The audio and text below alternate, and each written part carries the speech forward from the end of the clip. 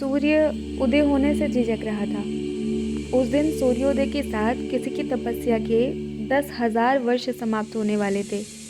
एक माँ की तपस्या का लक्ष्य पूर्ण होने को था। उस माँ को इसी क्षण की प्रतीक्षा थी और वह अब नई अव्यवस्था को जन्म देने वाली थी।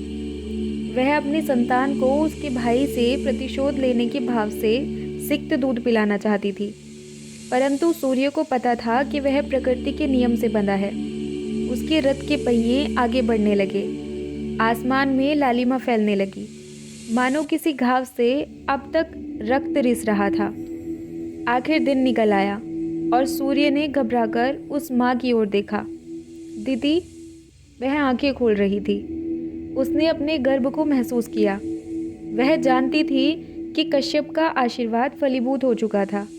उसने एक ऐसे पुत्र की मांग की थी जो इंद्र का वध कर सके, जो इंद्र के वज्र के सामने भी अजय रहे। दिति अब उस बालक को अपने भीतर अंकुरित होता महसूस कर सकती थी। उसने अपने हृदय में धधकती ज्वाला का संचार अपनी संतान में भी महसूस किया। उसका पुत्र प्रतिज्ञा कर रहा था कि वह अन्य दैत्यों की भांति इंद्र से पराजित नहीं होगा और मरुत की तरह अपनी माँ के साथ विश्वासघात नहीं करेगा। वह देवराज के केश पकड़कर उसे घसीटकर अपनी माँ के चरणों में डाल देगा। दिति ने मुस्कुराकर अपने पुत्र का नामकरण कर दिया, वज्रांग, वह जिसका हर अंग वज्र के समान था। शीघ्र ही कश्यप की वाणी सत्य हो गई और दिति के पुत्र ने इंद्र को पराजित कर दिया। देवराज ने दिति के सामने घुटने टेक दिए। वह भय से काँप रहा था। ऐसा लगा मानो दिति की दृष्टि इंद्र को 2 भागों में चीर देगी। फिर वह बोली, इसका सिर काट दो। वज्रांग ने तलवार उठाकर जो ही इंद्र का सिर काटना चाहा, ब्रह्मा बीच में आ गए। रुको, ऐसा मत करो दिति। इंद्र देवताओं का राजा है, ब्रह्मांड की कार्य पद्धति का अभिन्न अंग है। इंद्र की मृत्यु से तुम्हें प्रसन्नता हो सकती है, परंतु ब्रह्मांड में भयंकर अव्यवस्था उत्पन्न हो जाएगी। तुम्हारा पुत्र इंद्र का अभिमान तोड़ चुका है। अब उसको जीवन दान दे दिया जाए तो वह और लज्जित महसूस करेगा। हर लोक में इंद्र का अपमान होगा। इससे बुरा दंड भला और क्या हो सकता है। दिति पर इसका कोई प्रभाव नहीं पड़ा, परंतु वज्रांग को ब्रह्मा की बात उचित लगी। मैं आपसे सहमत हूँ। अपमान मृत्यु से अधिक घृणित होता है। यदि हम इंद्र को अपमानित जीवन जीने पर विवश कर सकते हैं तो इसे मारने की क्या आवश्यकता। परमपिता, मैं आपकी आज्ञा का पालन करूंगा। वज्रांग से प्रसन्न होकर ब्रह्मा ने उसके लिए वज्रांगी नामक एक सुंदर स्त्री की रचना की। दोनों का विवाह हो गया और फिर वज्रांग तपस्या करने वन में चला गया। अपने पति की भक्ति देखकर वज्रांगी ने भी अपने पति के लौटकर आने तक ध्यान करने का निर्णय लिया। उन दोनों की धर्मपरायणता ने सबको अचंभित कर दिया था। इंद्र को छोड़कर सभी विस्मित थे। देवराज अब भी अपनी पराजय से पीड़ित था। उसने प्रतिशोध लेने के लिए वज्रांगी को निशाना बनाया। वह एक सर्प का रूप धारण करके वज्रांगी के पास पहुंचा और उसे अनेक बार डस लिया, परंतु ब्रह्मा की कृपा से वज्रांगी बच गई। इंद्र का यह प्रयास विफल हो गया तो उसने वज्रांगी पर वर्षा करने के लिए मेघों का आह्वान किया।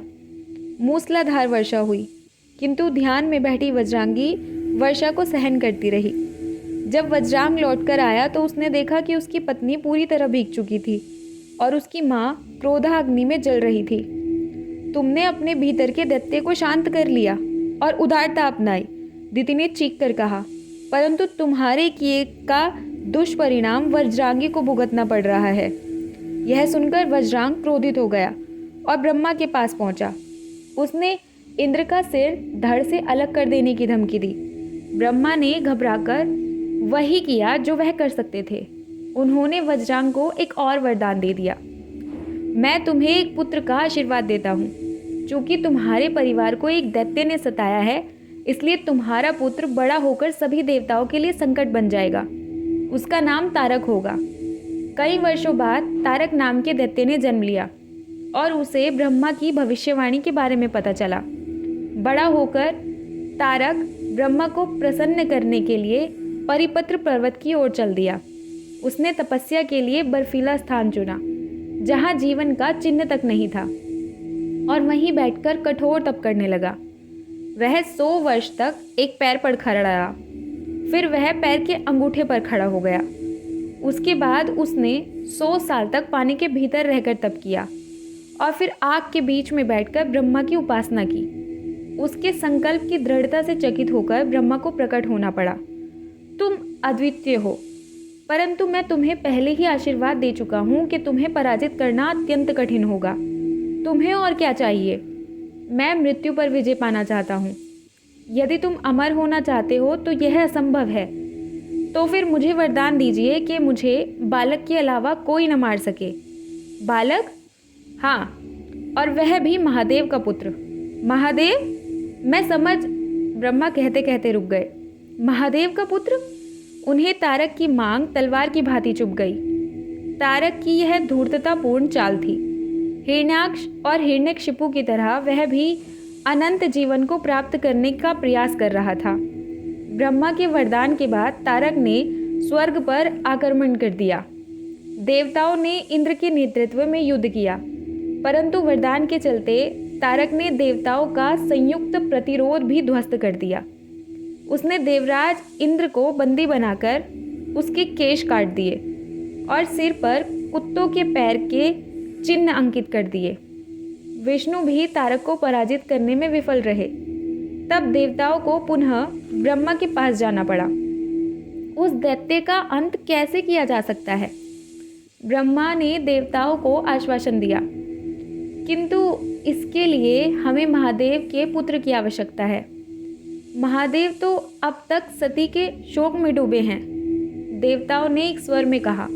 उन्होंने ब्रह्मांड के समस्त क्रियाकलापों से दूरी बना रखी है और वे अनंत ध्यान में लीन हो गए हैं। संभव है कि वह संतान उत्पन्न ही न करे। तारक को भी यही लगता है, इसलिए उसने मुझसे यह वरदान मांगा जिसे पाकर वह लगभग अमर हो गया है, परंतु हमें उसके प्रयास को विफल करना होगा। महादेव अब और अधिक विरक्त नहीं रह सकते। उन्हें विवाह करना होगा और एक संतान भी उत्पन्न करनी होगी जो तारक का काल बनेगी।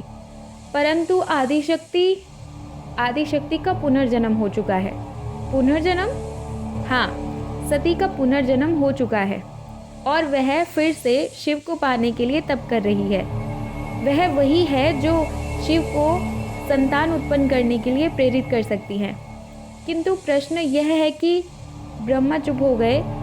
सबके भीतर वही प्रश्न गूंज रहा था, क्या तपस्वी शिव संतान उत्पन्न करेंगे?